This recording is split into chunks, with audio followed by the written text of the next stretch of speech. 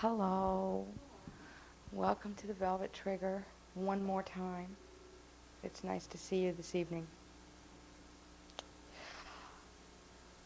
Tonight on the Velvet Trigger we have Sarah Needham, who you don't look like your voice sounds.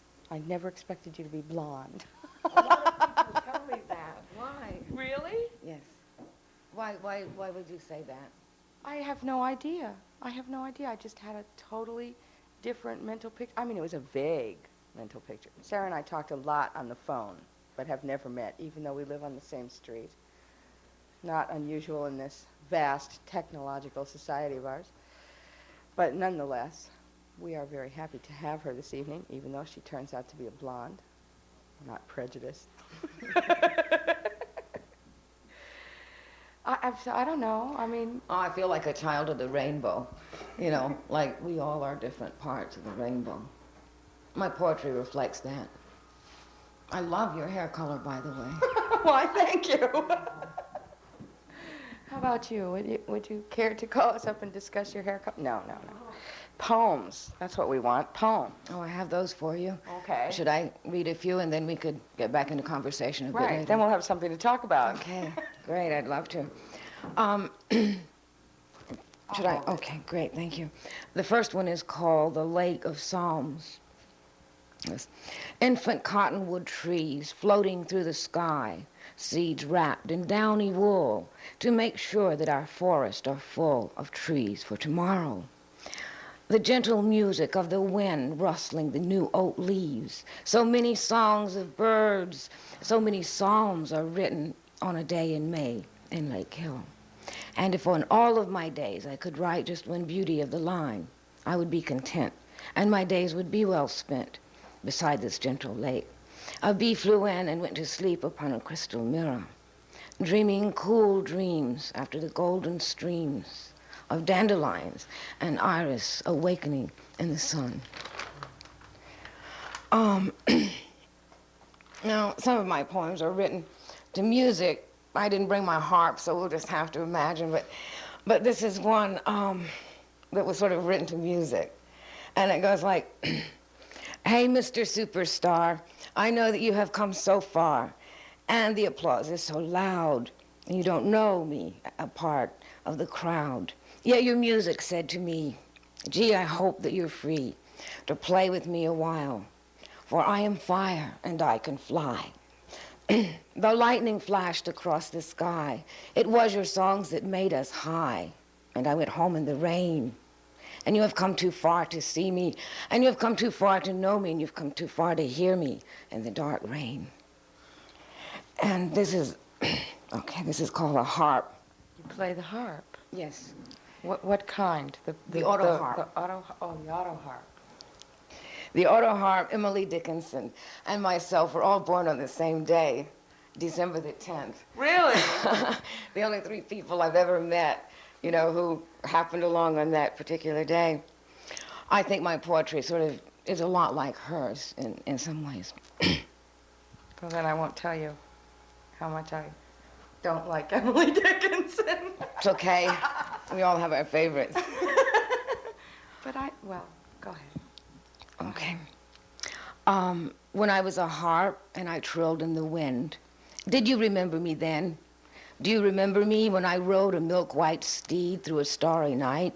In spring when I planted seeds, the fall remembered me with her harvest. Who am I, so golden veiled, so finely detailed, yet so different from the rest? And this kind of reminded me of the village as we drove through it tonight. It's rather visual. In the village, Jupiter shone like a brightly golden coin glistening in the sky. Then as we climbed the hill, great blue buffalo clouds descended, swallowing the golden coin. Tiny yellow fireflies sparkled upon the grass. I shudder as I realize how quickly time passed, and how quickly our dreams pass. This is another poem written to Woodstock. The puzzle is so lovely, such a picture to see. All the pieces fit together, yet there is no room for me. And this is another really nice one called The Frost. How kind the frost is, who in plumed flowers of crystal grow across my window pane, quietly sealing the world away. And mountains unfold around me like a white lotus opening, and I am bathed in lights from distant stars reflected in the snow. I think you're much more optimistic than Emily. Oh! Thank you. You're welcome. Very much. It's all very, very visual. Do you paint? Yes, I'm a painter and producer for television. And I'm studying acting. Of course, the poetry reading comes in very good. I haven't done this for a while. But painting is very much one of the things that I do. This is called The First Snow. The first snow of the year came early. I went for a walk to say goodbye to the thin blades of green grass disappearing beneath the soft white snow. The oak trees relinquish their leaves ever so slowly. They drift a few at a time, each gently penetrating the snow, like your music penetrates my spirit. The forest becomes deep white lace and towering cones and soft falling snow, the peace that you bring. And then this was when I just had some poems published in the Woodstock Times, so I'm not reading those again, but I might. This is a strange poem. I don't even understand it, but I'll read it. I like those the best. Okay, maybe we'll figure it out tonight. Fantasies. There is no one here but fantasies. The breeze is so light and thin. The butterfly who rests upon my chest is without a friend. Lone, strange whispers fill the air. Wind through leaves going dry in the autumn rain. Elegant, wasteful days. Will I throw myself down the mountain again? And this is really a nice one too. Aku, guarding ocean so far away. Christ calls for you today. We'll give you bread and wine. And if you tell us your secrets, they'll be the same as mine. And if Lord Buddha and Mohammed should meet, they would embrace, and their caring would be sweet. It is only us who see things as incomplete, negating all that we do not understand. True goodness would be if everyone realized they are a part of me.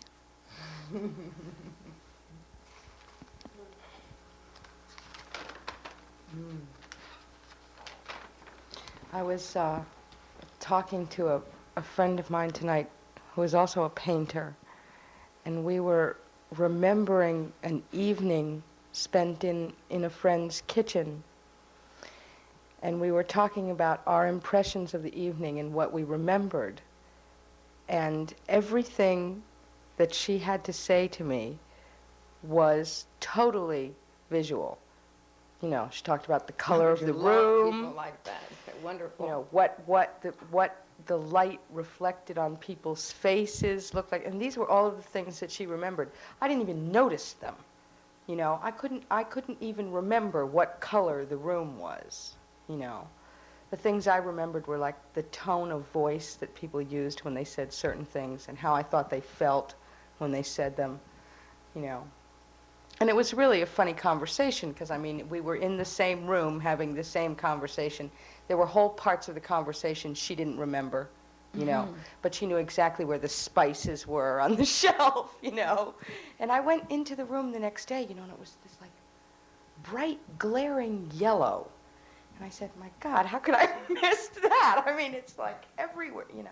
It was really interesting. And from listening to your poetry and how visual it is, I thought, this woman thinks like a painter. Really? But it's amazing how different people perceive the same thing, you know, the same. A lot of writers, Thomas Hardy does that, like when he writes about the countryside of England. I mean, you smell the flowers, you breathe the humidity, you're there. And I like that quality of really being so totally there that everything, comes with you. Right now I'm working on an autobiography, which is a really, different work with a different kind of integrity is involved. But it's exciting too, and I find that I do go back like to almost the wallpaper designs, Right, in the right. book, trying to put capture everything the there. mood. Right. Yeah. Is it difficult? Is it tedious doing that? Doing an autobiography, I think it's probably the most difficult thing I've, tried to accomplish, except getting my television movie produced. Yes, well, those things are producers, difficult of a different you should know nature. how difficult you're making things for me out there. They do. They do. They do it on purpose. Tell them about it. No, let's not. Let's hope they change their ways. Well, I have another poem if you like. This is called The River. Of course, this is for the Hudson River.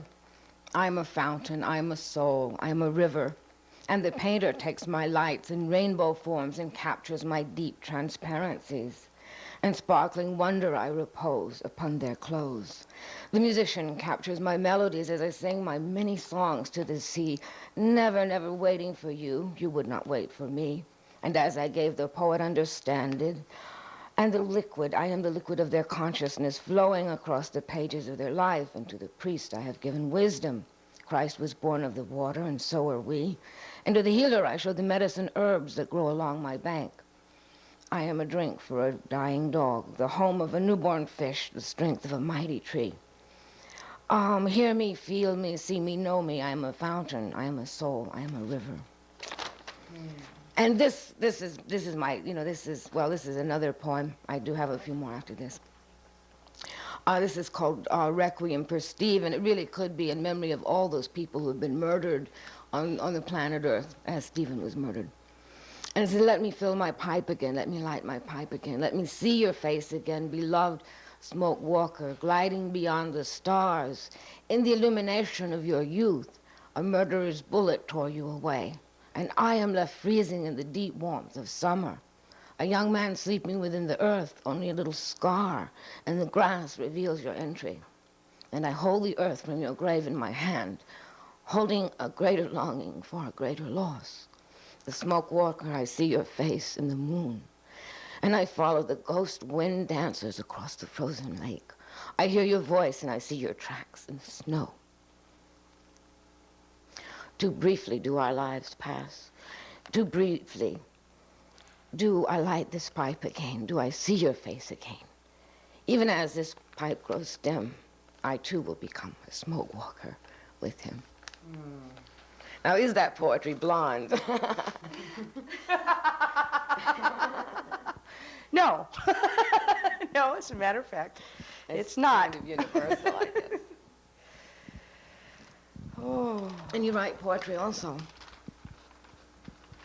Yeah, occasionally. And you get to read your work here. Yes, but I don't like to do it too much. I don't like very to bore emotional. them. Can't always be me, you know? I mean, one of these days I'll do it again, I suppose. I haven't had a lot of time lately for writing, and it's irritating. You know, it sort of builds up like, I don't know, everything else builds up inside of you, and it has to eventually come out. Yes. You know? So one of these days I'll either go mad, or I'll have to lock myself in my room for a week and do nothing but write it down, you know? We don't know which. Well, there's always the possibility that a lot of Woodstockers never got to the last page of the Times last week. I mean, sometimes the cat scratches mine or the dog bites it. I could read these poems that I wrote. That Well, of course you could. And Times besides paper. which, it's They were poetry is the very nicest different poems. oral. Yes, than- it is. And it's very than different read. reading your own poetry because you remember the emotion with which you wrote it. And you have to say, well, am I really objective enough? You know, like if I were reading T.S. Never. Eliot or something, I would Never. be much more better at reading poetry, I think, than I am reading my own work because I have to deal with all that emotion of Right. the writer. I don't weep like this often. To everyone who loves me. I did promise to say hello to Sarah. Hello, Sarah and Betty. And in No. the magic mirror today I see Jimmy and... It's just because I'm I little. always loved that show. People think I possess the magic of being a child, the likeness. This is a nice Wonderful poem. thing for them to think. I think it's a wonderful thing to possess. Yes. I adore it. It keeps me going. It's very magical. When I planted my garden, you have no idea. Already? Yes, I did. I planted some things. I'm late, as usual. But it was so wonderful being so close to the earth. And I had this idea, like with all of my hyacinth and those yellow daffodils in bloom, I had the feeling they were blooming just for me. This marvelous childlike egotistical feeling that it was. And I'm sure The that universe everybody is feels that mine. every spring, it's so marvelous. Oh, it's incredible. To think that it happened again. And this was a poem that I had written. I wrote this last spring. A poem for Woodstock is a psalm for spring. On great forest fantasies we live, perched on stone faces between the streams. Between our screams of creative agony, Woodstock is the poet. We see the spring and we write a few utterances, but she is the mother of everything. The snows were deep this year, but the coke was not enough. Now it is spring and we can drink our beer and belch in the sun. Portrait of a town. I love it. There is no life beyond Woodstock. I have tried. I have Oh, so found. have I. So have I. It's very scary Yes, out I there in know. those other places, I know. But I never Especially- forget the first time I went into a department store after I lived in Woodstock for like 3 years and never left, And I went to visit a friend of mine, and we went shopping in this department store, and I couldn't believe it. It was like I was walking around the department store looking around going, my God, what, there were all these things, that I never saw. It was very strange. But I are can you imagine going to the people- barbecue? Which barbecue? The one up in Lake Hill. There's only one barbecue that I know that all the Lake Hill people have been invited to. Well, obviously I was left out. In the paper. Oh. In the paper there was an advertisement. It says if you live in Lake Hill and want to come to a barbecue, fill out this little... I can just imagine me doing that. There's a barbecue in Lake Hill. You're gonna go? Sure, I filled out the You're ad. gonna go? You don't think they were putting us on. I had put I it wonder on who the they're ad in going the to paper. barbecue.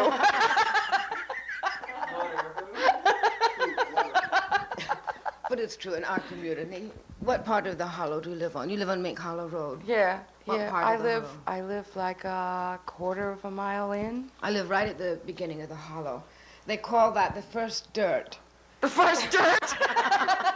Well, I do live in the first dirt. Come from a family of the first water. Addresses are written Mink Hollow Road, first dirt. If y'all want to know my I like address. that. That's quite charming. Yes. That's very funny. Maybe I should go to the barbecue. I don't know. I might have to work. Come and visit me anyway. I live on that little road, and it's like an art, it's a studio. I have my studio there.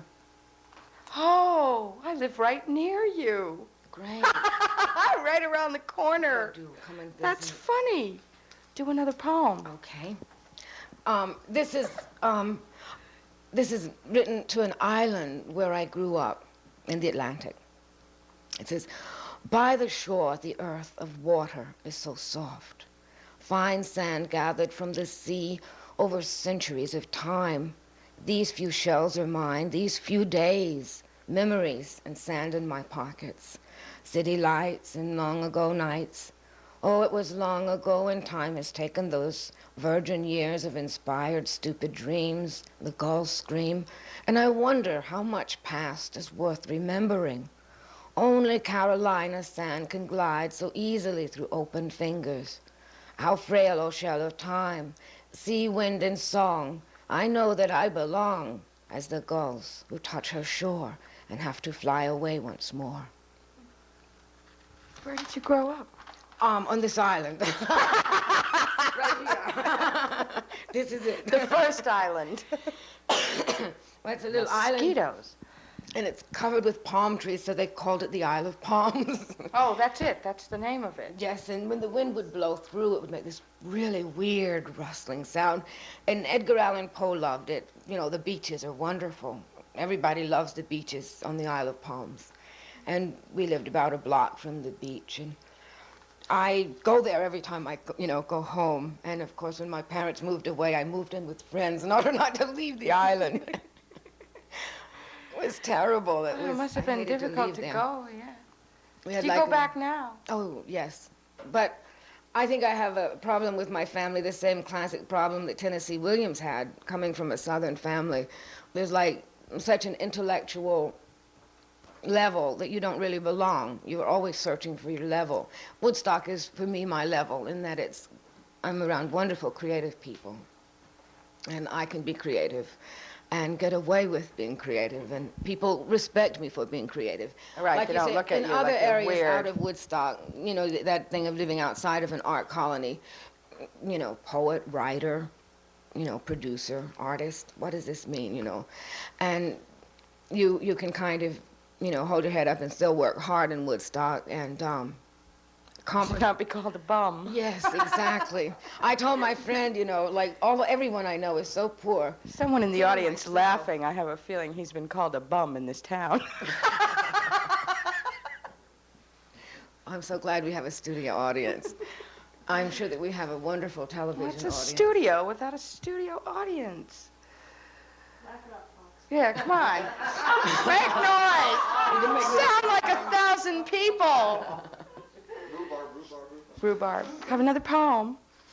You didn't read that poem. Oh, I didn't. You're No, you absolutely didn't. right. Okay, this is a song. You have to imagine a little harp music. Next time I'll bring my harp. I'll do the whole thing. I love harps. I have do an too. Egyptian harp. Oh, I would love to see your harp and hear it. Played with a bow. The very entrant, the first music. And as a child, I heard all this harp music. And I'd go around to my grandmother and say, "You've got to buy me a harp. I hear all this harp music." And she'd say, "I'm not going to frustrate you any further because you've got one hand and you can't play a harp." So when I first came, it was coming to Woodstock before I found my harp and the musical instrument that I could play. I tried to play piano, bass. Well, I played bass very well, but even though Piano I have would be a little voice, difficult. It's hard for my song. Yeah, and guitar. Guitar, of course, is difficult. But the auto harp is like both instruments, and I can play it very well. In fact, because it was patented on my birthday, I have the feeling that I was made to play it, and it was made so that I wouldn't be Right. without an instrument. You Right, know? right. But we get along really well. Thank God your grandmother was wrong. Yes, yes. She said I couldn't crochet, and I made this little watch band. She But- said you couldn't crochet? Yeah. Well, people often say you can't. But I don't believe that Well, thing. don't worry, Granny. It'll last through the night, I hope, if I don't talk too much. Don't wave my arms around. No, let me tell you. I saw this report on NBC, and I've seen it about maybe the fifth time now. And other people in wheelchairs were very quiet, and someone else in California saw it, and they noticed the same thing, that I was very busy, And they said, you didn't don't sit behave. quietly Yes. and be a cripple? Yes, that I don't act like other people, in wheelchairs. And of course, this is the art that has to work, and I'm not that aware of it. I wasn't aware of it until I kept seeing this thing over. But who else was like that? That Perlman, that musician. He taught with his hands, Itzhak Perlman. Yes, doesn't he? He's wonderful. You can see the thoughts flowing. But, he talks with two hands. I have to work harder at it. I think you do very well. Okay, now this is another song. He was just another rainbow, just another shade of blue. He was just another dream passing through. But who are these rainbows? Shooting their arrows of light, piercing my heart, leaving me blind in the night. The frost can cause a rainbow. The cold will leave you blue. You can see rainbows in stone. You can find rainbows in the sky. But you'll never really cry until you are alone. And this is another really sweet little poem here. I read that in the paper. I don't know if sweet is how I would describe Well, let's it. talk to me about that one. Tell me about that one, how you felt about it, and I'll read it first, then you tell me how you felt about it. Okay. When one has surgery, one learns we are made of delicate things, little throbbings, little stings. Perhaps the surgeon sees us more clearly than we see ourselves. We're hours packed with memories on mental shelves, dreams in mystic fire resolving to destroy the bone, the flesh, someday the desire. It is the music who brings me this awesome fire, lightning driven through my veins, rivers coming alive again and again. Who is this spirit awakening scars, dancing with pain, demanding to live again, to live again? Now, what did you think about Sweet. that one? Did you ever have Sweet surgery? was not, yes. Yes, I did. And sweet was not how I would describe it. But the thing I liked about it was that it was very demanding and very challenging and very hopeful, the poem, you know?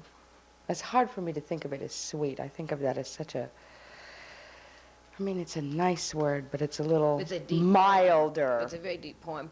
You see, I wrote this poem as a child. I went to school with disabled children, and I was born this way, so I really had no disability, but a lot of them had, problems like with an open spine or polio, and they had to have like major, what do you call it, surgery, like orthopedic, bone, Right, muscle, right. structural surgery, And in class, they had like these little scars on their arms and legs, and they would break out and start crying just all of a sudden, And of course, the kids who never had surgery, we'd have 1,000 little jokes, and we never understood what it was like, So like about 2 years ago, maybe 5 years ago, I had my arm rebuilt. I had the same surgery that Tommy John had. The nerve was totally realigned, and the muscle had to be cut away from the bone, and really, Extensive. Yes, extensive surgery that only a sports surgeon could put my arm back together. It was so massively damaged. I knew there was a reason for football. Pardon? Yes, medicine. Medicine seems to be the only thing that saves our planet, really, as far as being an artist and looking at, well, what have we done? What is there any saving graces? I think medicine comes through as really one of the salvations, perhaps. We're in trouble, aren't we? No. No? Ending. We're just ending. Oh, that's different than trouble. I forgot. Come back. Bring your harp. Thank you very much. It was Thank you wonderful. so much. Good night. We'll see you next Thank you week all. with Janice King. Good night.